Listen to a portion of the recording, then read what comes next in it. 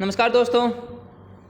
आज का जो हमारा टेस्ट था एसएससी का वो था SKSSC न्यू 01 AHKN और ये टेस्ट हमारी टेस्ट सीरीज़ का 8th नंबर टेस्ट है। हर रोज़ की तरह इसका लिंक भी डिस्क्रिप्शन में गिवन है, तो जिस भी स्टूडेंट ने टेस्ट को अटैम्प्ट नहीं किया है वो पहले टेस्ट को अटैम्प्ट करे और बाद में डिस्क्रिप्शन को देखे। अब देखने से बात ये है कि जो आज का हमारा टेस्ट था वो थोड़ा बहुत हार्ड था as compare to earlier test, लेकिन अभी हम लोग इसको डिस्कशन से बिल्कुल ईजी बना लेते हैं।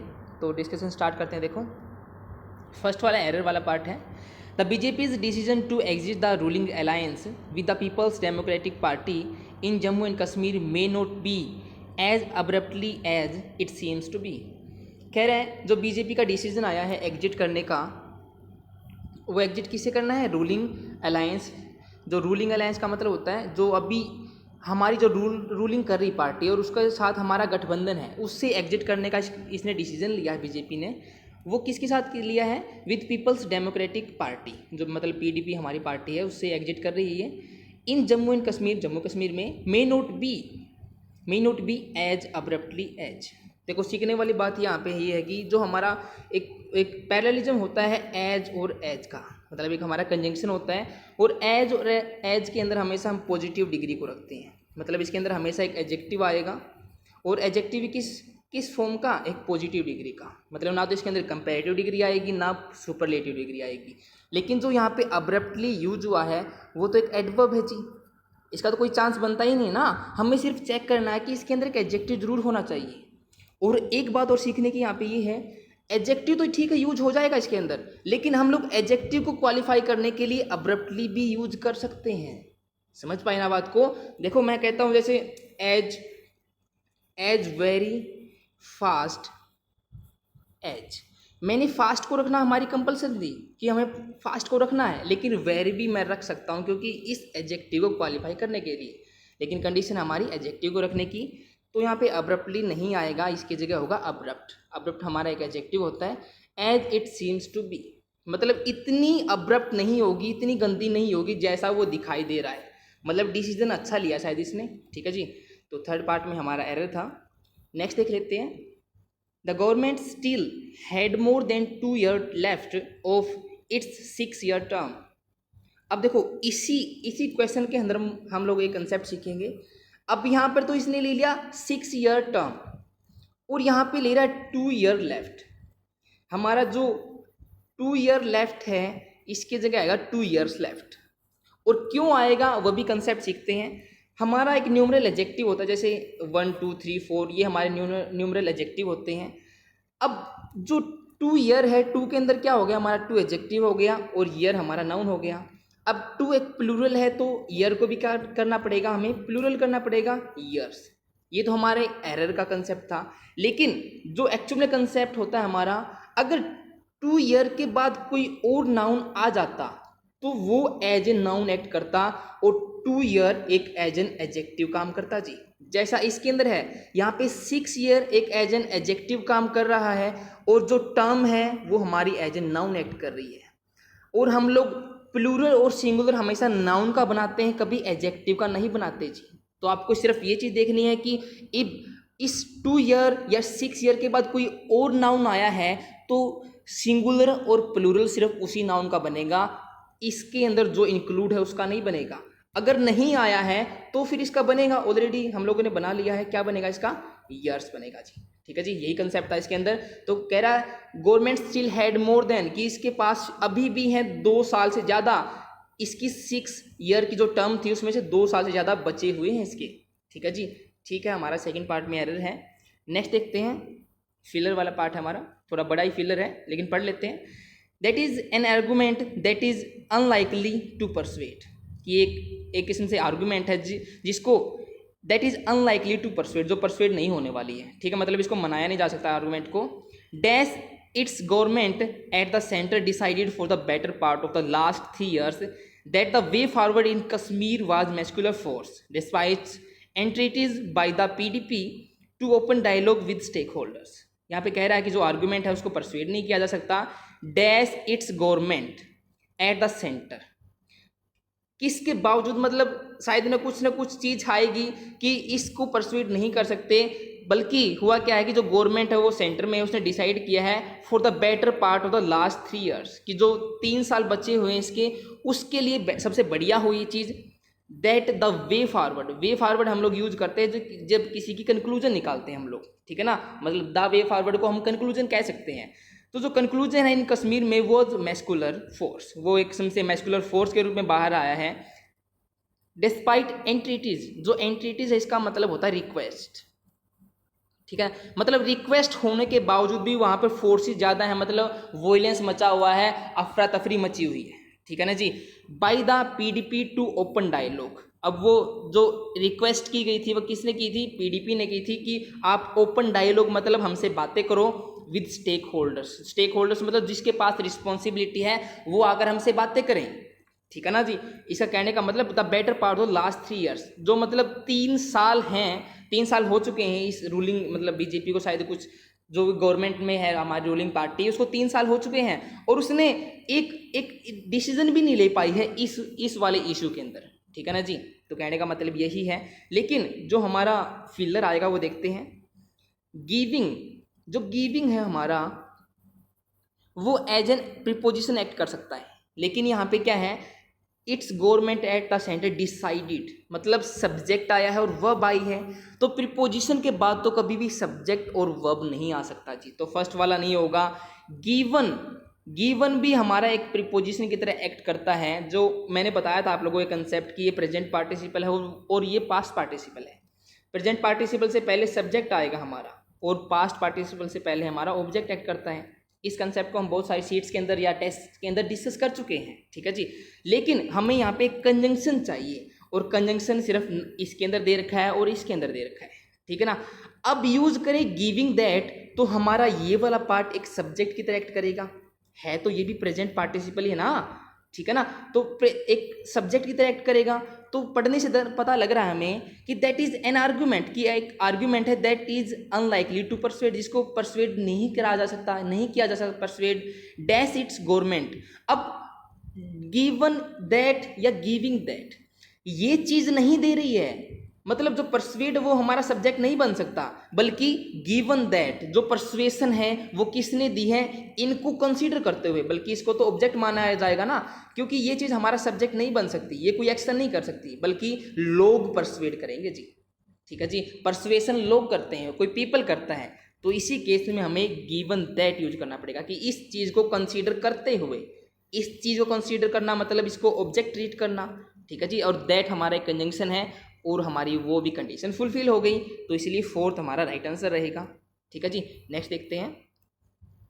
At first sight it is puzzling that BJP should dash on a government which it was proud to be a part. यहाँ पे कह रहा है एट फर्स्ट साइट, मतलब एक साइड से देखते हुए हमें पता लग रहा है इट इज पजलिंग, कि ये एक पजलिंग है, that the BJP should dash, कि जो बीजेपी है उसको शायद पता नहीं क्या करना चाहिए, on a government of which, of A government of विच मतलब जिसकी गवर्नमेंट के बारे में बात कर रहे हैं, it was proud to be a part, जिसका ये पार्ट है और उस पार्ट होने के नाते इसको प्राउड है। This was the first time, कि ये पहली बार हुआ है, after all that the party had occupied, after all मतलब कुल मिलाकर ये पहली बार हुआ है कि जो पार्टी ने ऑक्यूपाई किया है सीट को, वो जो पावर में है एक स्टेट में, that appeared close to before 2014, मतलब कहने का मतलब ये उसी के बारे में है कि जो बीजेपी है जम्मू और कश्मीर में इसका कोई लेना देना नहीं है, लेकिन इसने क्या किया है, ऑक्यूपाई की है सीट को, ठीक है ना, उस स्टेट में जहाँ पे that appear close to it before 2014, मतलब जो इसके साथ ही नजर आ रहा था लेकिन ये जीत नहीं पाई थी, इसको गठबंधन करना पड़ गया था पीडीपी पार्टी से, ठीक है जी। तो देखते हैं हम लोग, ऑप्शंस हमारे हैं pull the plug, push the plug, fasten the plug and put the plug. अब देखो जब भी इस टाइप के ऑप्शन हमें एग्जाम्स के अंदर मिले तो इसका अर्थ समझ लेना कि एक फ्रेज यूज हुआ है जी, क्योंकि जो प्लग है सभी में यूज हुआ है, मतलब कुछ ना कुछ वर्ब का गेम है जी, और एक पार्टिकुलर ही वर्ब इसके साथ आएगी और तीनों की तीनों वर्ब गलत हैं जी, और हमारा एक्चुअल फ्रेज होता है pull the plug. Pull the plug का मतलब मान लो अभी ये सॉकेट हमारा, इसके अंदर प्लग लगा हुआ है, अब किसी को करंट लगा हुआ है, अब करंट सामने वाले को लगा हुआ तो हमें क्या करना पड़ेगा, हमें पुल करना पड़ेगा प्लग को, ठीक है जी। तो पुल द प्लग का मतलब होता है प्रिवेंट समथिंग फ्रॉम हैपनिंग। क्या होता है इसका मतलब, प्रिवेंट समथिंग फ्रॉम हैपनिंग, मतलब किसी चीज़ को होने से बचाना, ठीक है ना, उसको रोकना कहने का मतलब है। तो यहाँ पे किस चीज़ को रोक रहे हैं? It is puzzling that BJP should pull the plug on a government of which it was proud to be better, मतलब उस चीज़ को ये हटा ले जिस चीज़ का इसको घमंड है ना कि ये सबसे बढ़िया पार्ट है या सबसे बढ़िया इसने राज किया है, तो उस चीज़ को ये हटा ले, वो चीज़ गलत है, उस चीज़ को प्रिवेंट करे ये चीज़, ठीक है जी। तो इसलिए हमारा फर्स्ट राइट आंसर रहेगा।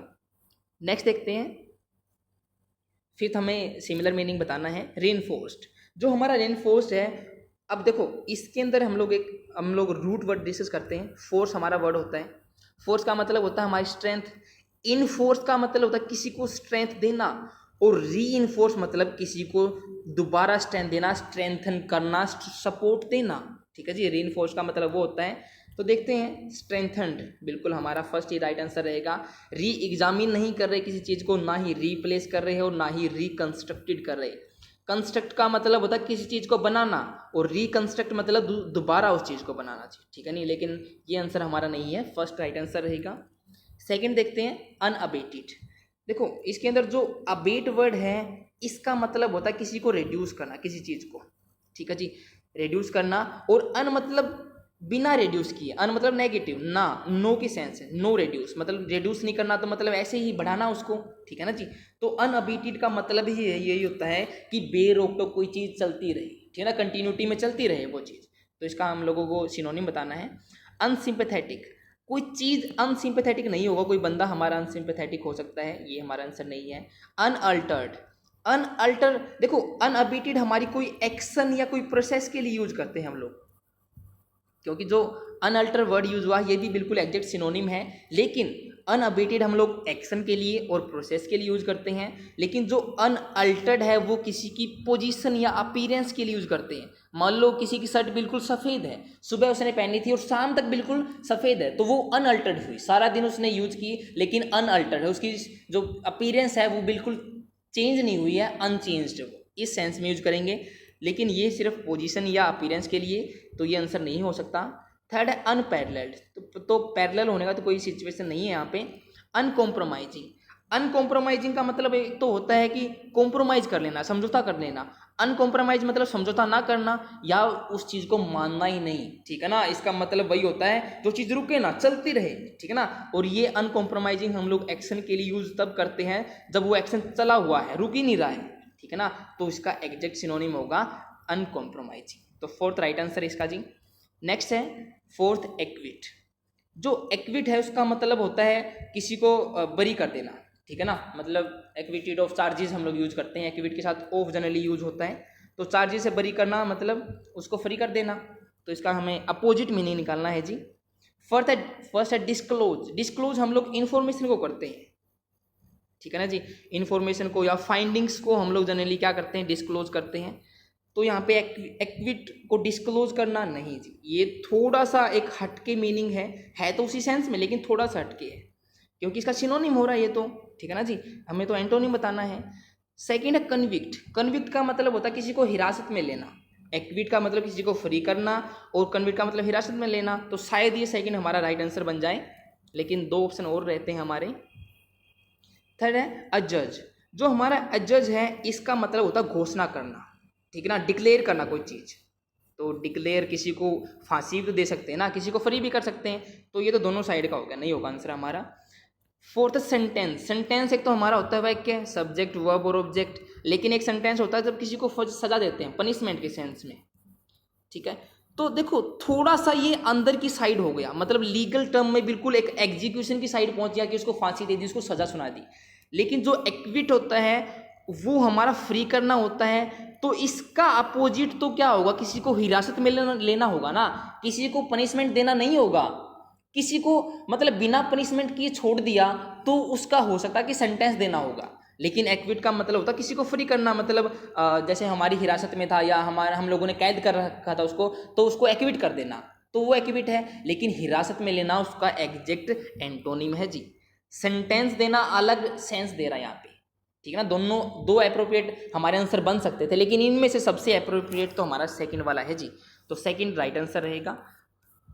फिर देखते हैं हमारा एट्थ वर्ड स्केयर। जो हमारा स्केयर वर्ड है ये यहाँ पे थोड़ा गलत प्रिंट हो गया, थोड़ा सा गलत प्रिंट हो गया, इसकी जगह हमारा आना चाहिए स्कार्स। ठीक है, आप लोग कह रहे हो कि सर हमारा 1 नंबर कट गया, 2 नंबर कट गया, लेकिन कोई बात नहीं, टाइपिंग मिस्टेक हो सकती है। तो स्कार्स हमारा वर्ड यहाँ पे था। स्कार्स का मतलब आप लोग जानते हो, स्कार्स का मतलब होता है स्कैंटी। सुना ना आप लोगों ने वर्ड स्कैंटी? अब नहीं सुना तो आप लोगों ने मीगर वर्ड तो पक्का सुना होगा जी।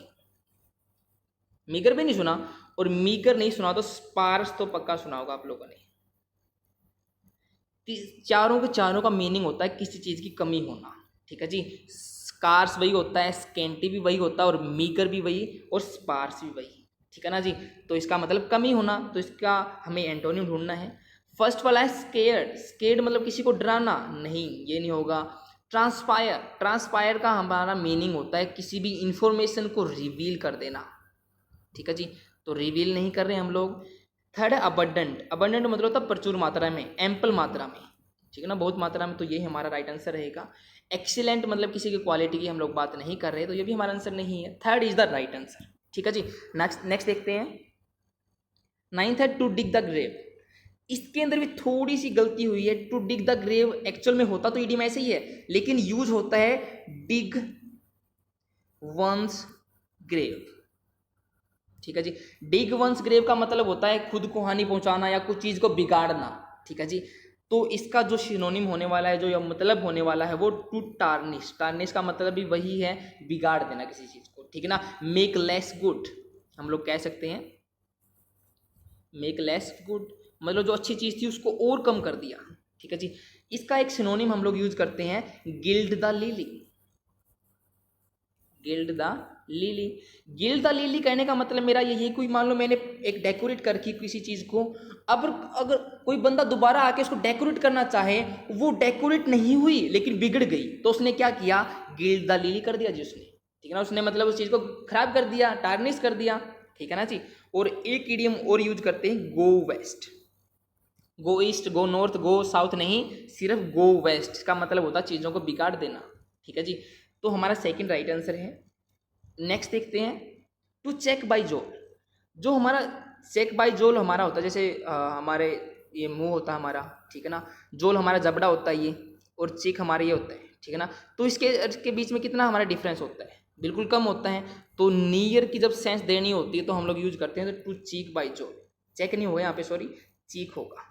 ठीक है ना, क्योंकि चीक होता है ना हमारा, टू चीक बाय जोल, तो इसी है too very near to each other. ठीक है, हमारा फोर्थ राइट आंसर रहेगा। लेकिन इसके जो ईडियम है, इसके बहुत सारे सिनोनिम होते हैं, एक दो सिनोनिम हम लोग डिस्कस करने वाले हैं। एक तो हमारा ईडियम होता है स्टोन्स थ्रो। स्टोन्स थ्रो का मतलब बिल्कुल वेरी नियर। ठीक है जी, और एक ईडियम और यूज करते हैं जिस जैसा हमारा ईडियम होता है वो, ए हेयर्स ब्रेथ। ए हेयर्स ब्रेथ मतलब एक हेयर जितनी क्या है उसकी चौड़ाई, मतलब कितनी चौड़ाई होगी, बिल्कुल नियर ही होगा वो। ठीक है ना जी, और एक इडियम और यूज करते हैं, round the corner. Round the corner, मान लो अभी किसी ने मेरे से पूछा कि यार ये रेस्टोरेंट कहाँ पे है, मैंने कहा यार अभी ये राउंड द कॉर्नर ही है, मतलब पास में ही है, बिल्कुल वो क्या है, एट हैंड ही है, बिल्कुल एक हाथ की दूरी पर है। ठीक है ना, एट हैंड भी वही इडियम, इसका मतलब होता है वेरी नियर। तो इसका फोर्थ राइट आंसर रहेगा। नेक्स्ट देख लेते हैं, हमें इंप्रूव करना है ब्रैकेटेड पार्ट को। The BJP had been put hard to explain its alliance. मतलब पुट हार्ड टू एक्सप्लेन मतलब देखते हैं इसका मीनिंग क्या निकलेगा, with the PDP at several junctions. ठीक है ना, जो हमारा यहाँ पे काइंड ऑफ मेरे को लग रहा है कि फ्रेज यूज होने वाला है, पुट हार्ड या हार्ड पुट, तो मैंने कोई मतलब सुना नहीं है। अब कोई चीज़ जब सुनी हुई नहीं होती तो कहने का मतलब काइंड ऑफ फ्रेज का शायद वो मीनिंग हो सकता है, काइंड ऑफ फ्रेज यूज हो सकता है वहाँ पर। तो the BJP had been dash to explain, शायद ये एक्सप्लेन नहीं कर पाई, मेरे को ऐसा लग रहा है, लेकिन देखते हैं। टू इट्स अलायंस की वो अलायंस को विद द पीडीपी, जो पीडीपी के साथ थी, एट सेवरल जंक्शन। जंक्शन मतलब कई बार टाइम ऐसा आया कि इसने नकार दिया चीज़ों को। ठीक है जी, among other when it criticise the coming together of the Congress and JDS in Karnataka for government formation. अब कई सेवरल जनकर की बात की है, उनमें से यहाँ पर ये है कि जब इसने क्रिटिसाइज किया, कब, जब वो कांग्रेस और जेडीएस साथ में कर्नाटका में अपनी गवर्नमेंट बनाने के लिए आए। ठीक है ना, तो इस चीज को एक्सप्लेन करने में शायद वो क्या है, उसको दिक्कत हो रही है।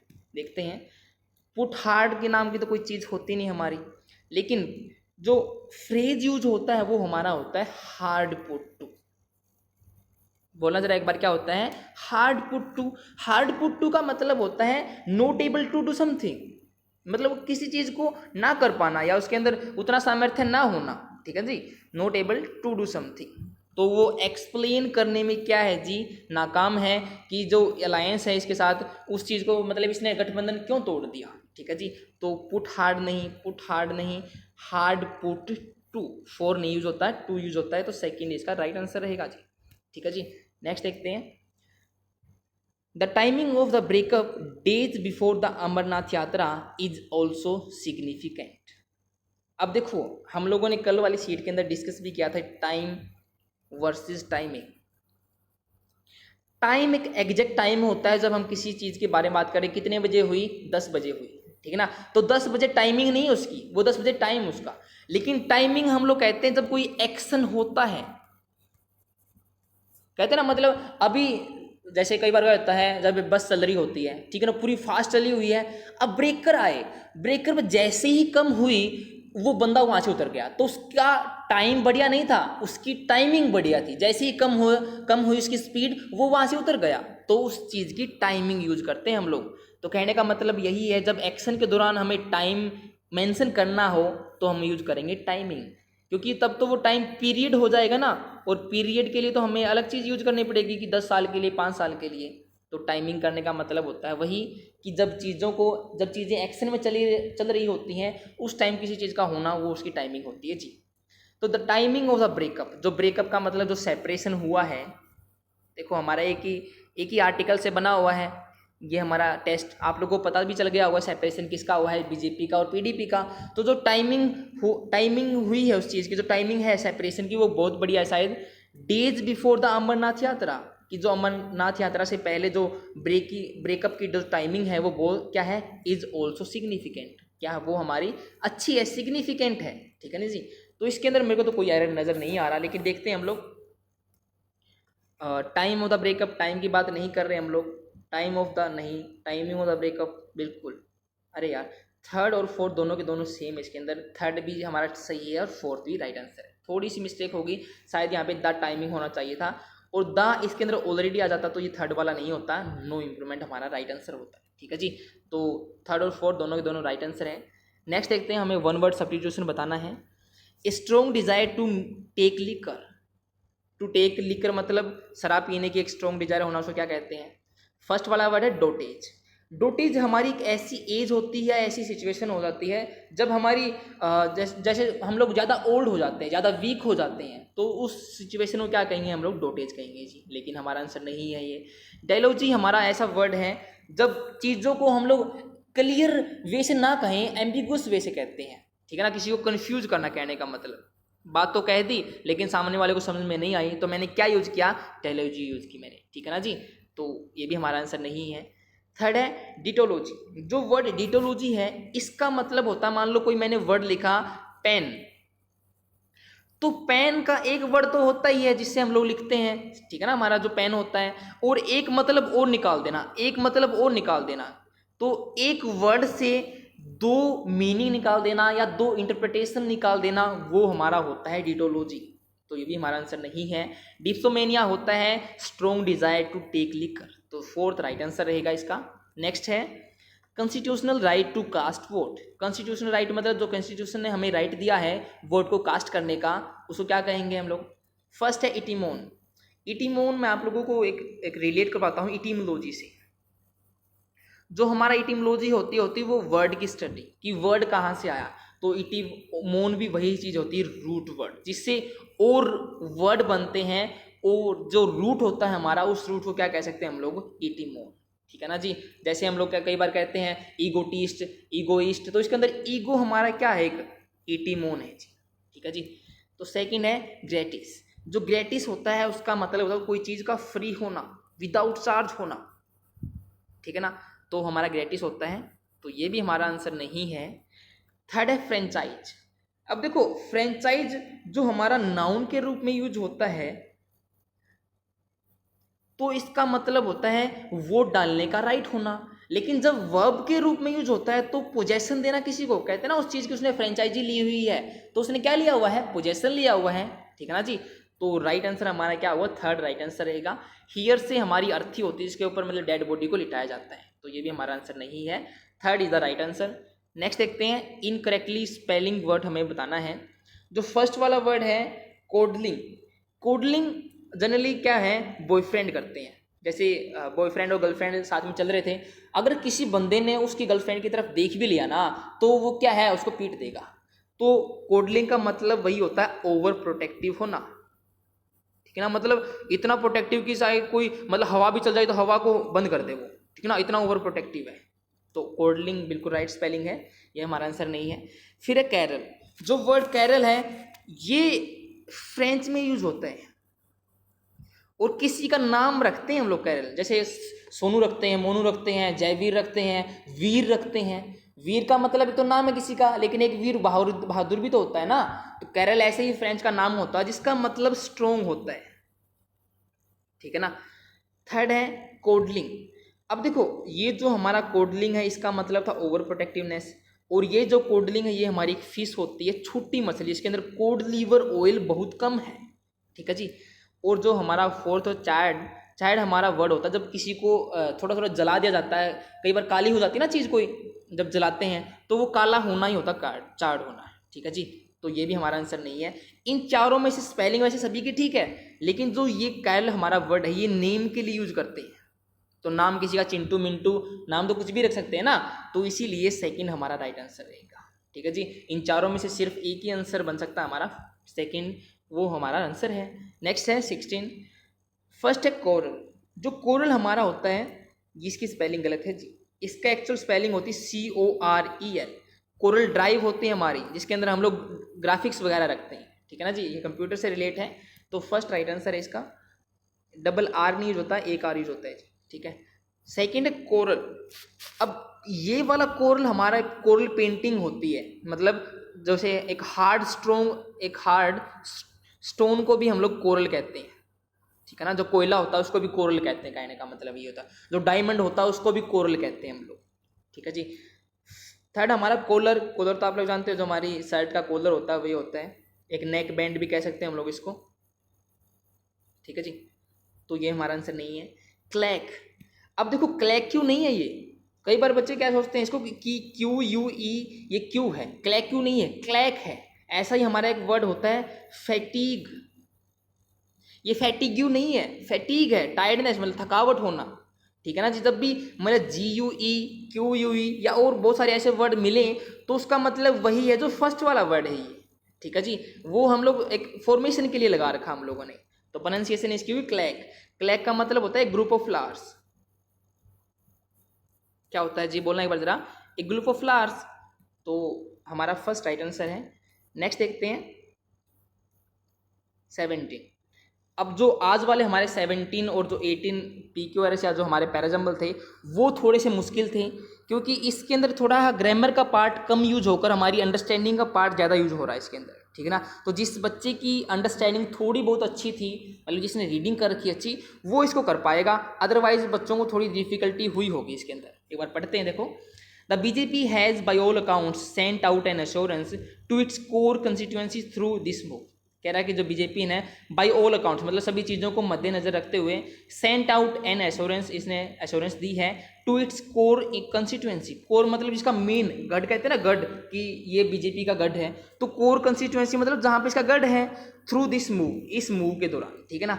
फिर दैट, अब देखो यहाँ पे दैट आया है ना, दैट एक हमारा कंजंक्शन है, और कंजंक्शन से हमें पता लग रहा है कि इसके बाद सब्जेक्ट आएगा, वर्ब आएगी, ऑब्जेक्ट, या हमारा कोई फ्रेज आ सकता है, मतलब सेंटेंस या क्लोज यूज होगा, कहने का मतलब ये है, ठीक है जी।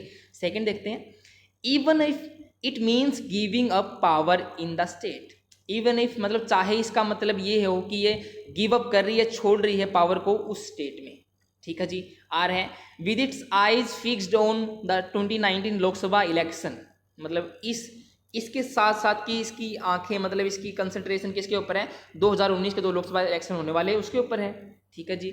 There will be no accommodation on Kashmir, की अकोमोडेशन मतलब इसकी कोई जगह नहीं है कश्मीर में। अब देखो मैंने कहा दैट के बाद कोई कंजंक्शन आएगा हमारा, ना तो क्यों हमारा कंजंक्शन है, क्योंकि इवन इफ भी तो एक कंजंक्शन की तरह काम कर सकता है ना, तो दो कंजंक्शन तो साथ में आएंगे नहीं, तो ये हमारा आंसर नहीं हो सकता। पी के बाद आर विद से स्टार्ट हुआ है जो प्रीपोजिशन है, ये हमारा आंसर नहीं हो सकता। तो एक ही हमारा क्लोज बना हुआ है एस, ठीक है ना, और यही हमारा पी के बाद आएगा पी एस। देखो एक हमारी फॉर्मेशन पी एस तो यहाँ से होगी, इसके बेस पर भी हम लोग हमारा आंसर फाइंड कर सकते थे, क्योंकि एक ही ऑप्शन हमारा ऐसा है जिसके अंदर पी एस की फॉर्मेशन है, और वो ऑप्शन कौन सा जरा बताना एक बार, कौन सा है जी, थर्ड वाला है जी वो ऑप्शन, ठीक है ना। तो इससे हम लोग थर्ड ऑप्शन तो निकाल सकते थे, लेकिन डिस्कस और भी आगे करते हैं। अब देखो यहाँ पे कह रहा है कि इसने कंस्टिट्यूएंसी को मूव के दौरान सब कुछ बता दिया है, एश्योरेंस दे दी है कि there will be no accommodation on Kashmir, की कश्मीर में इसकी कोई जगह नहीं है, ठीक है ना। अब कश्मीर हमारा क्या एक स्टेट है, तो स्टेट की बात किस में हुई है, किस में हुई है जी, सिर्फ क्यों में बता रहा है कि स्टेट की बात है। Even if it means giving a power in the state, मतलब यहाँ पे इसकी कोई जगह नहीं, चाहे ये अपनी पावर को वहां से छोड़ दे, ठीक है ना। उस स्टेट की बात कर रहा है, स्टेट कौन सा, कश्मीर की। तो इससे पता लगा कि हमारा जो एस है वो क्यू से कनेक्ट होगा, मतलब पी एस क्यू तो हमारी फॉर्मेशन बन गई जी, ठीक है ना जी। और पी एस क्यू सिर्फ एक ही के अंदर है। अब जो ये आर है, ये इसने बच्चों को बहुत कंफ्यूज किया, छोड़ दो इसको, जब हमें पता लग ही नहीं रहा कि यार ये फर्स्ट भी हो सकता है, सेकंड भी, थर्ड भी, तो छोड़ दो इस चीज़ को। इसको हमारा क्या है, एक्चुअल में आएगा तो फर्स्ट में थोड़ा सा हम लोगों ने जंबल किया था वर्ड्स को। जो ये इट्स है ये बीजेपी के लिए आया है जी। हमारा जो एक्चुअल में फॉर्मेशन क्या होता है कि प्रोनाउन हमेशा नाउन के बाद आता है, लेकिन हम लोगों ने प्रोनाउन को पहले यूज कर लिया था, नाउन से पहले, ठीक है ना जी। तो इसीलिए ये हमारा एक्चुअल में बाद में भी आ सकता है, ठीक है ना, लेकिन हमारी जो फॉर्मेशन है वो थर्ड में है, तो थर्ड राइट आंसर रहेगा। नेक्स्ट देखते हैं, at the accommodation that the BJP high command had to make, मतलब एट दी अकोमोडेशंस, मतलब अकोमोडेशंस के बल पर the BJP high command had to make, इनको कुछ बनाना पड़ा शायद, देखते हैं। With the PDP over Kathua incident sacking of two its minister in the state cabinet, sacking का मतलब होता है किसी को जॉब से निकाल देना, ठीक है जी। और एक हमारा होता है इसका मीनिंग अटैक करना किसी को ऊपर, तो मिनिस्टर को यहाँ पे निकालने की बात की है जॉब से। तो जो इंसिडेंट हुआ था कथुआ इंसिडेंट, उसके बलबूते पर दो मिनिस्टर को क्या करवाया गया है, सैकिंग कर दिया, उनको जॉब से हटा दिया गया है, ठीक है ना जी। Within the Jammu unit of party there was unhappiness, मतलब इस जो जम्मू में हमारी पार्टी है, जो किसी चीज़ की पार्टी है, उसके अंदर क्या अनहैप्पीनेस बनी हुई है। ऐसे for their support to alleged rapist, कि क्योंकि उन्होंने क्या है, सपोर्ट किया था अलेज्ड रेपिस्ट का। अब देखो जो एस वाली इंफॉर्मेशन है ना, ये हमारी क्यों से कनेक्ट हो रही है, क्योंकि उनको सैकिंग कर दिया गया था, उनको हटा दिया था, क्यों, क्योंकि उन्होंने सपोर्ट किया था उन रेपिस्ट का, ठीक है ना जी। तो इससे हमें पता लगा कि जो क्यू हमारा है वो एस से जुड़ेगा जी। किससे जुड़ेगा, हमारा एस से जुड़ेगा। अब देखा जाए तो क्यू एस किसके अंदर दिया गया है, क्यू एस किसके अंदर, सिर्फ एक ही ऑप्शन है हमारा, फोर्थ वाला।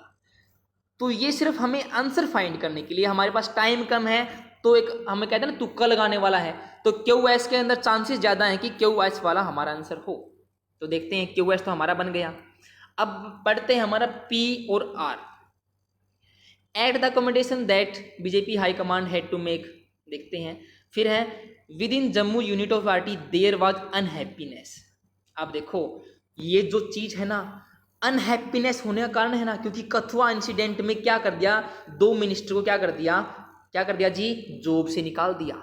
इसी दौरान इसका रीजन है, पहले हम लोगों ने कंडीशन रखी और बाद में उसका रीजन दिया। कभी भी हम लोग पहले रीजन नहीं देते, बाद में कंडीशन नहीं रखते, हमेशा पहले कंडीशन होती है और बाद में उसका रीजन होता है, ठीक है ना जी। तो अनहैप्पीनेस क्यों है, क्योंकि उन्होंने सैकिंग ऑफ टू मिनिस्टर हो चुकी जी। तो आर के बाद तो क्या है हमारा, क्यू और एस आएगा जी, मतलब जो क्यू एस है उससे पहले क्या आएगा जी, आर आएगा हमारा। देखते हैं हम लोग। अब जो आर है स्टार्टिंग में हो सका है, आर का हमारा एस क्यू, ये हमारा ऑप्शन तो है ही नहीं ना, एस क्यू तो किसी के अंदर नहीं है। आर के बाद पी दे रखा इसने, पी को देखते हैं हम लोग। हमारा unhappiness at the accommodation that the BJP high command had to make with the PDP, बिल्कुल सही कहा इसने कि जो अनहैप्पीनेस है वो किसके ऊपर है, अकोमोडेशन के ऊपर है, अपनी जगह के ऊपर है, ठीक है ना। जो बीजेपी हाई कमांड ने had to make with PDP, जो पीडीपी के साथ बनाया है जो कथुआ इंसिडेंट में, बिल्कुल बात सिर्फ जगह की है, ठीक है ना, क्योंकि जो अनहैप्पीनेस फैली हुई है वो क्यों फैली हुई है, क्योंकि 2 मिनिस्टर को निकाल दिया गया है, और वो अनहैप्पीनेस किसकी वजह से है कि वो अकोमोडेशन है, वो अकोमोडेशन उनकी छीन रही है वहाँ से। ठीक है जी, थोड़ा सा सेंस का गेम था, थोड़ा सा आपको इसका मीनिंग निकालना पड़ेगा तब जाके ये समझ में आएगा जी। तो इसलिए हमारा 4th हमारा राइट आंसर है। वैसे हम लोगों ने क्यों ऐसे सीक्वेंस निकाल भी ली थी जिसे हम लोग आंसर फाइंड कर सकते हैं। ठीक है जी, तो नेक्स्ट देखते हैं। 19th हमारा क्या है, पैसिव वॉइस है, निकालते हैं। The rose smell sweet. अब दो इस टाइप के हमारे जो पैसिव वॉइस बनाने होते हैं ना, इसका मतलब ही हमारा एक तरीका होता है इस टाइप के बनाने का, और वो तरीका हमारा 3rd के अंदर है। The rose is sweet when it is smelled. ठीक है ना, मतलब इस टाइप के हमारे जो सेंटेंसेस होते हैं इनका ऐसे बनता है। ठीक है ना, the rose, the mango taste sweets, हम लोग ऐसे कह सकते हैं, द मैंगो टेस्ट स्वीट। तो इसका कैसे बनाओगे, the mango is sweet when it is tested. समझ पाए ना बात को।